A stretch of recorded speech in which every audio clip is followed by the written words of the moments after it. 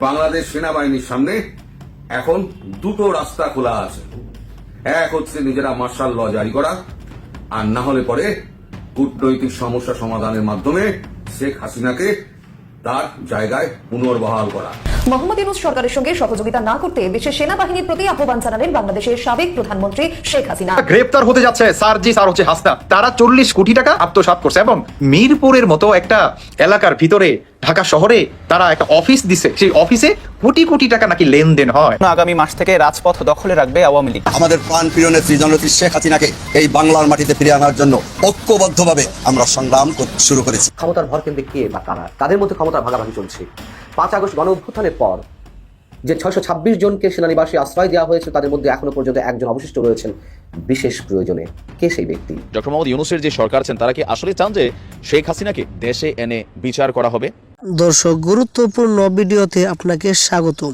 দর্শক, আজকের এই ভিডিওতে বেশ কয়েকটি গুরুত্বপূর্ণ ভিডিও ফুটেজ নিয়ে হাজির হয়েছি। এমনকি দর্শক, আজকের ভিডিওর শুরুটা দেখেই বুঝতে পেরেছেন আজকের নিউজটা কতটা গুরুত্বপূর্ণ হতে চলেছে। এমনকি দর্শক, আজকের নিউজে কি ধরনের ভিডিওগুলো আপনারা দেখতে চলেছেন। তো দর্শক, যারা এই ভিডিওটি প্লে করেছেন তাদের উদ্দেশ্যেই বলবো, না টেনে সম্পূর্ণ ভিডিওটি মনোযোগ সহকারে দেখবেন, তাহলে বিস্তারিত বিষয়গুলো আপনারা বুঝতে পারবেন। তো দর্শক, চলুন কথা না বাড়িয়ে আমরা মূল ভিডিওটি দেখে আসি।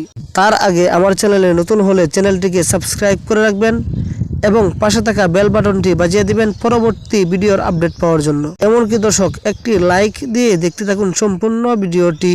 বাংলাদেশের থেকে চলে আসা প্রধানমন্ত্রী শেখ হাসিনা তার দেশে ফেরা কেবল এখন সময়ের অপেক্ষা। আন্তর্জাতিক মহল থেকে যে চাপ সৃষ্টি করা হয়েছে তার একটা প্রমাণ আজকে বেরিয়ে গেছে বাংলাদেশেরই কাগজে, আমাদের কোনো কাগজে নয়, বাংলাদেশের কাগজে। সেখানে থেকে তারা যে রিপোর্টটা করেছে সেই রিপোর্ট থেকে পরিষ্কার যে বাংলাদেশ সেনাবাহিনীর সামনে এখন দুটো রাস্তা খোলা আছে। এক হচ্ছে নিজেরা মার্শাল ল জারি করা, আর না হলে পরে কূটনৈতিক সমস্যা সমাধানের মাধ্যমে শেখ হাসিনাকে তার জায়গায় পুনর্বহাল করা। কারণ শেখ হাসিনা যখন চলে আসেন তখন কিন্তু কোনো পদত্যাগপত্র দিয়ে আসেননি। রাষ্ট্রপতিও স্বীকার করেছেন, ডক্টর শাহাবুদ্দিন সাহেব তিনিও স্বীকার করেছেন যে শেখ হাসিনা তিনি কোনো পদত্যাগপত্র দিয়ে যাননি এবং তার কাছে এমন কোনো দালিলিক প্রমাণ এখনো পর্যন্ত নেই। আগামী মাস থেকে রাজপথ দখলে রাখবে আওয়ামী লীগ। আওয়ামী লীগ উত্তর দক্ষিণের যৌথ আয়োজনে বিক্ষোভ মিছিল ও সমাবেশে বিভিন্ন ইউনিট থেকে মিছিল নিয়ে সমবেত হয় নেতাকর্মী সমর্থকরা।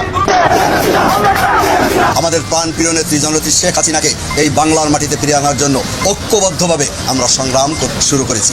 আমাদের এক দফা শেখ হাসিনাকে ফিরিয়ে আনবো। আসছে 2025 সালকে কেন্দ্র করে দেশের রাজনীতিতে তৈরি হচ্ছে নতুন উত্তেজনা। আওয়ামী লীগ ঘোষণা দিয়েছে মহা সমাবেশের, যার মূল লক্ষ্য আগামী নির্বাচনে বিজয় সুনিশ্চিত করা। শেখ হাসিনাকে আবারও প্রধানমন্ত্রী হিসেবে দেখতে চায় দলটি। রাজপথ আমাদের দখলে থাকবে, নির্বাচন পর্যন্ত আমাদের দখলে রাজপথ থাকবে। আগামী 21 জানুয়ারি অনুষ্ঠিত হবে আওয়ামী লীগের এই মহাসমাবেশ। এই সমাবেশে থাকবে দেশের শীর্ষস্থানীয় নেতাকর্মীদের উপস্থিতি। এই বাংলাদেশে আবার আমাদের প্রিয় নেত্রী, খেটে খাওয়া মানুষের প্রিয় নেত্রী শেখ হাসিনাকে আবার আমরা সসম্মানে ফিরিয়ে আনবো।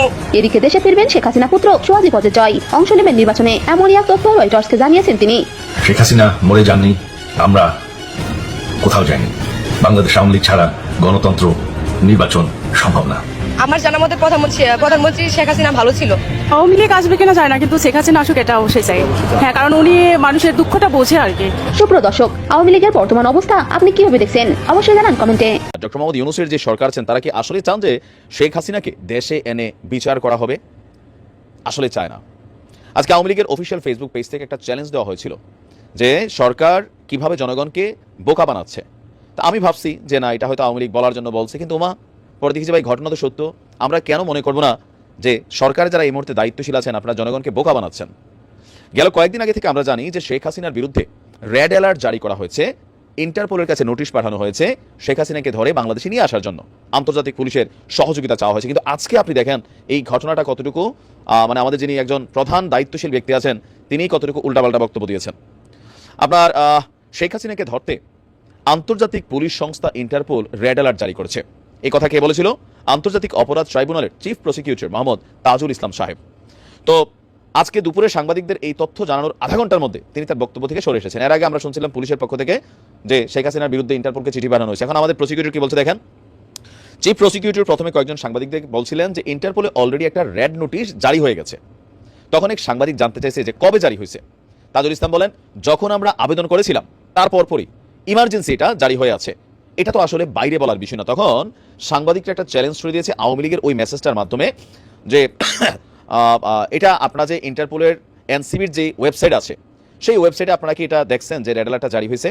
তো প্রসিকিউটর বলছেন যে formally national central bureau NCB তার মাধ্যমেই এটা অনেক আগে জারি হয়ে গেছে। এরপর ইন্টারপোলের এনসিপির ওয়েবসাইটে গিয়ে রেড অ্যালার্ট জারির তথ্যটা নিশ্চিত হতে চেয়েছিলেন আমাদের গণমাধ্যম কর্মীরা, কিন্তু ইন্টারপোল বা এনসিপির ওয়েবসাইটে এই সংক্রান্ত কোনো তথ্যই নেই। ক্ষমতার ভরকেন্দ্রে কে বা কারা? তাদের মধ্যে ক্ষমতার ভাগাভাগি চলছে। 5 আগস্ট গণ অভ্যুত্থানের পর যে 626 জনকে সেনানিবাসে আশ্রয় দেওয়া হয়েছে তাদের মধ্যে এখনো পর্যন্ত একজন অবশিষ্ট রয়েছেন বিশেষ প্রয়োজনে। কে সেই ব্যক্তি?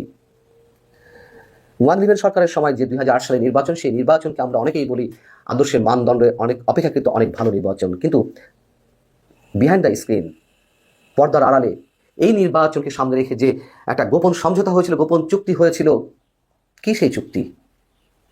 যেখানে খালেদা জিয়া নির্বাচনে যেতে চাচ্ছিলেন না, জামাত নেতা মুজাহিদি তিনি খালেদা জিয়াকে অনেক ভুলভাল বুঝিয়ে নির্বাচনে যেতে বাধ্য করেছিলেন। তারপর তাদের পরিণতি কি হয়েছিল? এরকম অনেক প্রশ্নের উত্তর উঠে এসেছে। আমি অন্তত মনে করি এই সময়ের একজন সৎ, সাহসী এবং অনুসন্ধানী সাংবাদিক মতিউর রহমান চৌধুরী, মানব জীবন পত্রিকার প্রধান সম্পাদক, তার একটা লেখাতে, এবং এই লেখাটি শেষ পর্যন্ত কেউ না পড়া পর্যন্ত অনেকে বলতে পারেন যে তিনি পার্শিয়ালি লিখেছেন, নিশ্চয়ই না। এবং শেখ হাসিনা সম্পর্কে যে কথাগুলো বলা হয়েছে আওয়ামী লীগের অনেক নেতাকর্মী হয়তো তার সঙ্গে একমত হবেন না।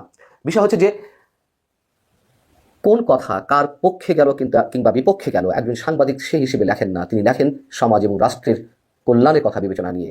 দর্শক, আপনারা তো সম্পূর্ণ ভিডিওটাই দেখলেন।